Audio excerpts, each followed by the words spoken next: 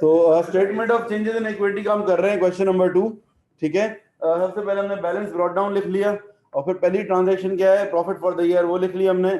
और transfer to general reserve, transfer to general reserve में क्या होगा, हम माइनस करेंगे रिटेन प्रॉफिट से और ऐड किस में करेंगे, जनरल रिजर्व के अंदर। अच्छा, अब इसके बाद बोला हुआ है right issue of 1 for 8 ordinary shares, 1 for 8 ordinary shares of $1 each at a premium of 0.15। 1 for 8 का मतलब क्या है, जिस बंदे के पास 8 शेयर हैं उसको एक शेयर और खरीदने की इजाजत है। ठीक है, राइट इशू है। अब क्या करेंगे, ऑलरेडी शेयर कितने के थे हमारे, 3 लाख के, तो 3 लाख को 300,000 को डिवाइडेड बाय क्या कर, मल्टीप्लाई बाय 1/8 कर देंगे। जब 1 for 8 बोला होता है ना, तो मल्टीप्लाई बाय क्या करते हैं, 1/8। एक मिनट कर देता हूँ, टोटल बताओ क्या आ रहा है ये 300,000 का 1/8 कितना बनेगा तेरा चेक, हाँ 37500। अच्छा भाई, ये 37500 किसमें ऐड हो जाएगा, ऑर्डिनरी शेयर में। ठीक है, 37, वेट एक मिनट तुम खामोश हो ना। अच्छा भाई देखो, राइट इशू लिखूंगा मैं यहाँ पर, 300,000 के शेयर हैं टोटल। ठीक है, ऑर्डिनरी शेयर हैं, और 1 for 8 बोला हुआ है, तो मल्टीप्लाई बाय क्या करेंगे, 1/8 करेंगे। ठीक है, जितने शेयर आ गए इतने शेयर ऑर्डिनरी शेयर कैपिटल में ऐड कर देंगे। अच्छा, लेकिन इसका कुछ प्रीमियम भी है। प्रीमियम कितना है, 0.15 का प्रीमियम है। तो क्या करेंगे, इस अमाउंट को 0.15 से मल्टीप्लाई करेंगे। 0.15 से जब मल्टीप्लाई करेंगे तो कितनी अमाउंट वैल्यू आ जाएगी, इधर निकालो इसको। 0.15 से मल्टीप्लाई करके मुझे बता दो कोई वैल्यू जल्दी से, क्विक। 5625। ये हमने क्या कमाया, प्रॉफिट कमाया, यानी कि प्रीमियम कमाया। ये शेयर जो थे जितने के, उससे 0.15 महंगे बेचे, 0.15 का प्रॉफिट कमाया। ये प्रॉफिट किसमें आएगा, शेयर प्रीमियम में, 5625। और इन दोनों को अगर मैं प्लस करूंगा तो वो अमाउंट किसमें चली जाएगी, टोटल में चली जाएगी। नहीं, तो 37,500 में प्लस कर देंगे 5625, कितना बनेगा, 43,125। ठीक है, ये हो गया राइट इशू। उसके बाद क्या है, बोनस इशू है, बोनस इशू। अच्छा बच्चों, बोनस इशू के बारे में क्या बोला हुआ है, bonus issue of 1 for 6 shares. Bonus issue है 1 for 6। 1 for 6 कैसे निकालेंगे, देखो 3 लाख के शेयर्स थे पहले से, 37,500 के और इशू हो गए, टोटल शेयर्स कितने के हो गए, अभी तक मेरे पास जो कैलकुलेशन आ गई है शेयर्स की, वो कितनी हो गई है, 3 लाख और 37,500 के। अब 1 for 6 है, मल्टीप्लाई 1/6 कर दो उसको। ये वर्किंग कर रहा हूँ मैं। राइट इशू की वर्किंग क्या आती है हमारी, 3 लाख को मल्टीप्लाई बाय हमने किया था 1/8 से, कितना आ रहा है इसका आंसर, 56250। मतलब 56250 के शेयर हम क्या दे रहे हैं, बोनस इशू कर रहे हैं, मतलब शेयर इशू कर रहे हैं फ्री में। तो ऑर्डिनरी शेयर में, बोनस इशू में क्या होता है, ऑर्डिनरी शेयर में आ जाता है 250। ऑर्डिनरी शेयर बढ़ गए। अच्छा, अब ऑर्डिनरी शेयर बढ़ गए तो शेयर होल्डर्स से पैसे तो आ नहीं रहे, फ्री में दे रहे हैं शेयर होल्डर्स को।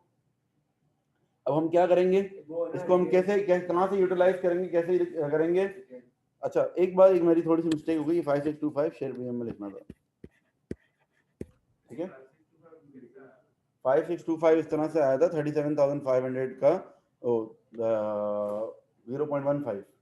ये देखो ना, ऑर्डिनरी शेयर आया 37,500 के। ठीक है, अच्छा अभी 37,500 का 0.15 का प्रीमियम है 5625। प्रीमियम का मतलब होता है जो प्रॉफिट हमने कमाया शेयर्स बेचने के ऊपर। शेयर्स की ओरिजिनल वैल्यू से अगर उनको महंगा बेचा जाए तो वो प्रॉफिट होता है, दैट इज कॉल्ड प्रीमियम। ठीक है, शेयर प्रीमियम के अकाउंट में लिखा है इसको। अच्छा, जब हम बोनस इशू करते हैं, बोनस इशू करते हैं तो हम शेयर देते हैं फ्री ऑफ कॉस्ट। ठीक है, फ्री में हम शेयर देते हैं कस्टमर्स को, अपने शेयर होल्डर्स को। ठीक है, जब बोनस इशू करते हैं तो हम शेयर होल्डर्स को फ्री में शेयर देते हैं। ठीक है, अब जब हम फ्री में शेयर दे रहे हैं तो ऑब्वियसली हमारे शेयर कैपिटल तो फिर भी बढ़ेगा, 56250 तो ऑर्डिनरी शेयर बढ़ गए, लेकिन कम कहां से होगा, किसी और जगह से कम करना पड़ेगा। कम करने के लिए जो ऑर्डर है, मैंने सीक्वेंस कल बताई थी, सबसे पहले आपको क्या करना होता है, शेयर प्रीमियम का यूज करना होता है। शेयर प्रीमियम में से ये पैसे निकालने होते हैं। शेयर प्रीमियम खत्म हो जाए तो फिर आप जाते हो रीवैल्यूएशन रिजर्व पर, रीवैल्यूएशन रिजर्व पर। रिवैल्यूएशन रिजर्व भी पूरा खत्म हो जाए तो फिर आप जाओगे जनरल रिजर्व, ये भी खत्म हो जाए तो फिर रिटेन्ड अर्निंग्स, नहीं बस ठीक है। अच्छा सबसे पहले हमें टोटल कितने पैसे के शेयर्स कितने इशू करने, 56250 के शेयर्स देने फ्री में। अच्छा शेयर प्रीमियम में कितने जितने हैं वो पूरे के पूरे यूज कर लो, 14,000 और ये 5625 दोनों प्लस करो, टोटल कितना बन रहा है, ये पूरा शेयर प्रीमियम से निकाल लेंगे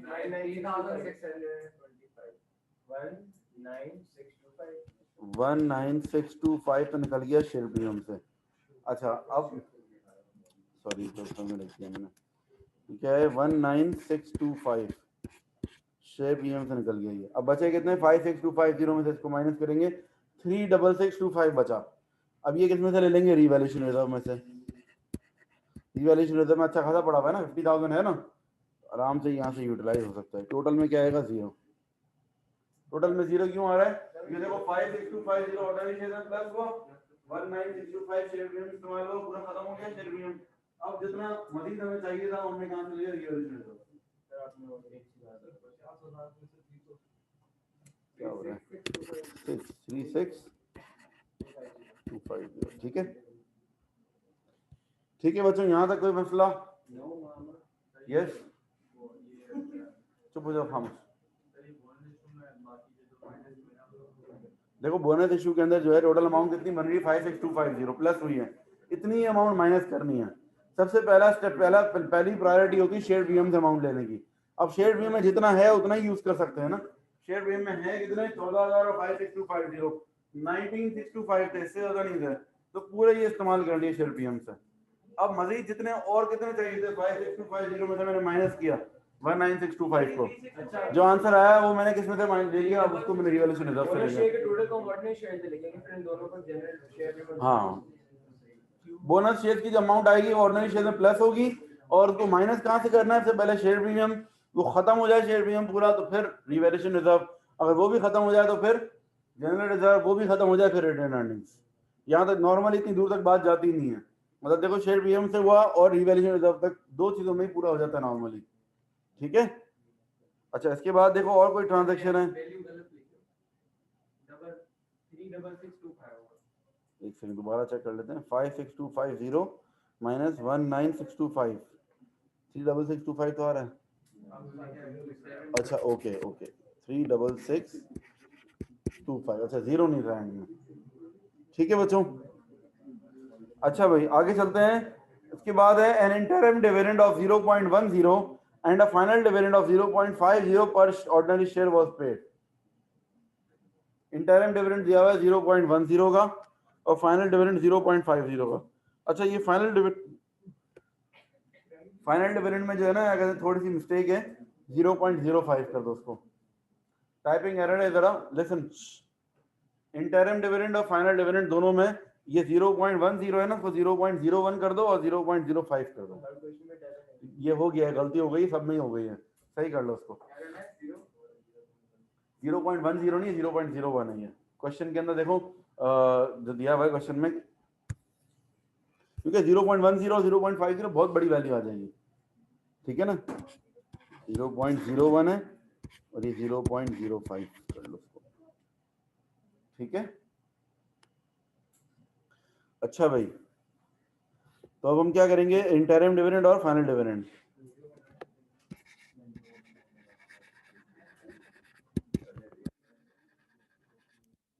अच्छा भाई डिविडेंड्स पेड, अच्छा भाई यहाँ लिखूंगा ordinary dividend paid, ordinary dividend paid, एक आएगा इंटरिम, दूसरा आएगा फाइनल। इंटरिम डिविडेंड वो होता है जो ड्यूरिंग द ईयर पे किया हो, और फाइनल डिविडेंड वो होता है जो कि साल के आखिर में पे किया हो, ठीक है। इंटरिम डिविडेंड कितना है आपका 0.01 multiply by number of shares कितने हैं आपके, देखो ये टोटल शेयर्स कितने हो गए, 3 लाख के पहले से थे, तो 37,500 के और ऐड हुए और 56625 के और 300 प्लस 56250, टोटल शेयर्स हो गए 393,750 के।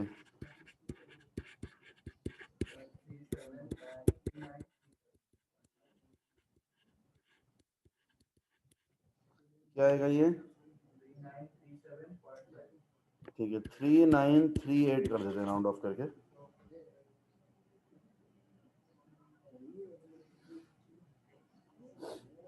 दूसरा आ जाएगा 1, अच्छा सॉरी यानी लिखेंगे इसको, रिटेन अर्निंग में से माइनस करेंगे। कितना आया था ये? 3938 और दूसरा आ रहा है 19688। जो डिविडेंड हम पे करते हैं, डिविडेंड पे करते हैं, उसको हम कहां से माइनस करते हैं? रिटेन प्रॉफिट से। ठीक है, फिर लिखा हुआ all the preference dividend was paid, लिखेंगे preference dividend paid.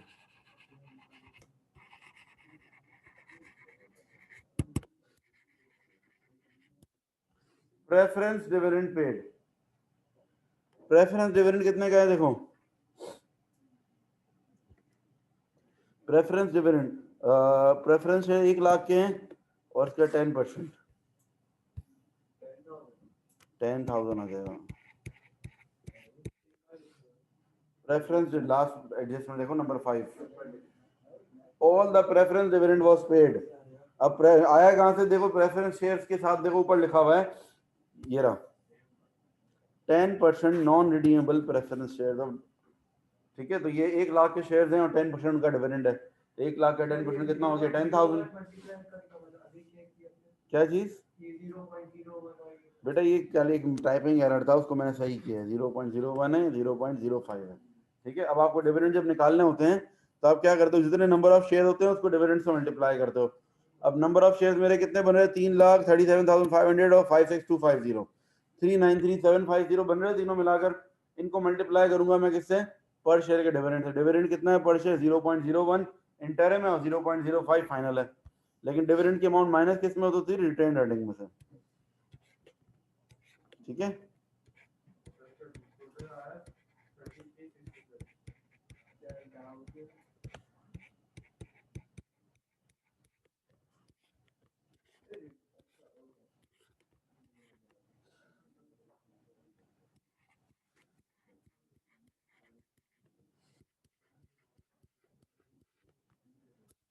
Share premium पूरा खत्म हो गया।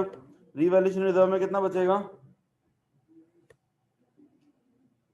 रीवैल्यूएशन रिजर्व में कितना बचेगा? 50,000 माइनस 36625।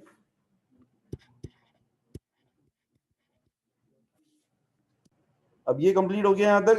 जो भी जब भी किसी कंपनी की इनकम स्टेटमेंट करते हैं, इन कंपनी के फाइनेंशियल स्टेटमेंट बनाते हैं, तो क्या होता है? पहले इनकम स्टेटमेंट बनती है, उसके बाद ये statement of changes in equity. ठीक है, अच्छा बैलेंस इनकम स्टेटमेंट सेम वही सोल रेटर वाली ही होती है, बस एक दो चीजें का फर्क है बिल्कुल।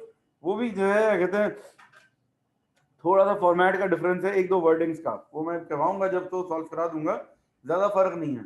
मतलब ये कि सिर्फ इनकम स्टेटमेंट जो कंपनी की होती है थोड़ी कंसाइज्ड होती है। कंसाइज मतलब उसमें डिटेल्स कम शो की जाती हैं। जैसे कि सेल्स है, sales minus net sales, minus sales return पे नेट सेल ऐसे शो नहीं करना होता। डायरेक्टली क्या लिखना होता है? Net sales. मतलब पहले आप सेल्स लिखो, फिर लेस सेल्स रिटर्न, फिर नेट सेल्स, इस तरह शो नहीं करना होता, थोड़ा शॉर्ट होता है। ठीक है ना, मैं अभी बता दूंगा। एक्सपेंसेस भी होते हैं ना, सिर्फ दो ही एक्सपेंसेस आते हैं, एक होता है एडमिनिस्ट्रेटिव एक्सपेंसेस और एक होता है डिस्ट्रीब्यूशन एक्सपेंसेस। बस दो एक्सपेंसेस आते हैं, बाकी जितने भी एक्सपेंसेस हैं वो इन्हीं दोनों में से किसी एक कैटेगरी में शामिल करने पड़ेंगे, वो क्वेश्चन में बताया होता है। ठीक है, तो ये चीज है। खैर, बैलेंस शीट में क्या फर्क होता है? एक कंपनी की बैलेंस शीट में नॉर्मल सोल ट्रेडर की बैलेंस शीट में क्या फर्क होता है? Non current assets, non current asset बिल्कुल सेम होते हैं। नॉन करंट एसेट एक मिनट होता है, तो आप लोगों ने पूछा नहीं है, मैं बोल रहा हूँ ये सवाल आप लोग की तरफ से आएगा जिसका मैं जवाब दे रहा हूँ। ठीक है, अच्छा भाई, नॉन करंट एसेट बिल्कुल सेम होते हैं, करंट एसेट भी बिल्कुल सेम होते हैं, करंट लायबिलिटीज भी सेम, नॉन करंट लायबिलिटी भी सेम। तो एक जगह चेंज होता है, वो कौन सा होता है? कैपिटल वाला पोर्शन। कैपिटल वाला जो पोर्शन होता है वो चेंज होता है, यानी कि कैपिटल वाले पोर्शन के अंदर जो है क्या कहते हैं, opening capital eight net profit less drawing नहीं आता। क्या आता है? ये सारी चीजें जितनी भी है ना, ये कैपिटल वाले पोर्शन का जो नाम होता है, हेडिंग होती है इसकी equity and reserves, equity and reserves. अच्छा, अब ये statement of changes in equity में जितनी चीजें आई है ना, यही सारे नाम लिख देंगे हम इसके अंदर। Lesson, statement of changes in equity में क्या आया था? Ordinary share capital, ordinary share capital preference share capital,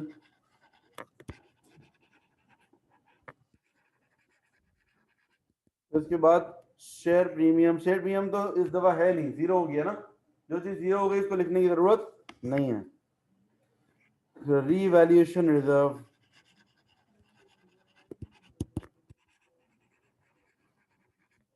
general reserve, retain profit, total 6 चीजें होती हैं, लेकिन इस क्वेश्चन में 4 कितनी है? 1 2 3 4 5। मतलब ये क्या है, बैलेंस शीट के अंदर जो कैपिटल का पोर्शन होता है ना, कैपिटल की हेडिंग, उसका उसका ये एक्सट्रैक्ट है। एक्सट्रैक्ट का मतलब क्या है कि पूरी इनकम शीट बैलेंस शीट नहीं बना रहा हूं मैं, सिर्फ कैपिटल वाला पोर्शन बना रहा हूं, ठीक है। और उसका नाम क्या है? इक्विटी एंड रिजर्व कहते हैं इसकी हेडिंग को। अब इसमें क्या क्या आएगा, जितना ही जो हमने चेंजेस इन इक्विटी बनाया ना, इसके सारे बैलेंस कैरी डाउन आ जाएंगे बस। जैसे ऑर्डिनरी शेयर का बैलेंस कैरी डाउन कितना आया था? 393750। प्रेफरेंस का 100,000। फिर रिवैल्यूएशन, शेयर प्रीमियम था नहीं इसलिए मैंने लिखा ही नहीं इसको। जनरल रिजर्व का क्यों निकालना पड़ेगा? ये देखो ना, चेंजेस इन इक्विटी में सब निकल गया है, देखो ना ये रहा। बात सुनो, देखो एप्रोप्रिएशन अकाउंट कंपनी में होता ही नहीं है कभी।